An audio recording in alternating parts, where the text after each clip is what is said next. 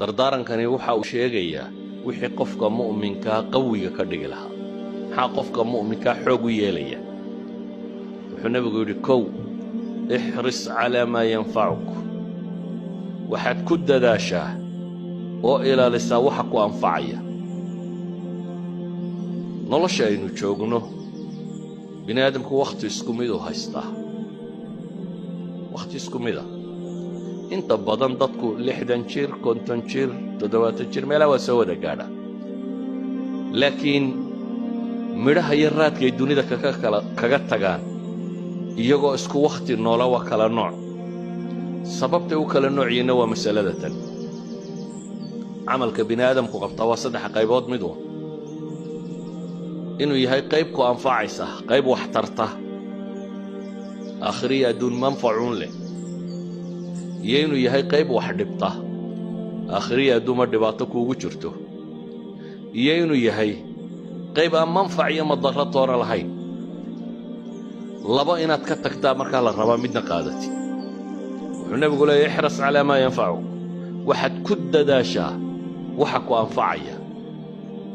wakhtigaaga iyo maalintaada iyo xooggaaga iyo cilmigaaga iyo aqoontaada iyo hantidaada iyo garaadkaaga iyo waxaad awood leedahay oo dhan waxaad ku isticmaashaa waxa ku anfaca taa macnaheedu waxa weeyaan waxaad ka tagtaa wixii ku dhibaya ka tag waxaad kaloo ka tagtaa waxaan macnaha samaynaynin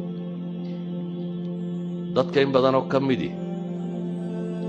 waxaabay dhib ku ah wakhtigoodaba marka waxay raadinayaan waxay ku dilaan waxay ku madadaashaan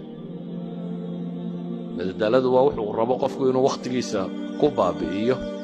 xooggiisa iyo xoolihiisa iyo caqligiisa ku baabi'iyo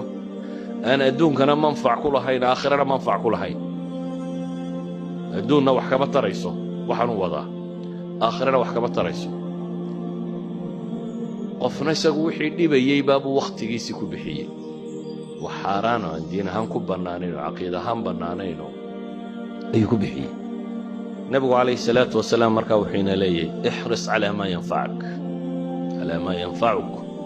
ku dadaal waxa ku anfacaya bitacbiiri ahli alcasri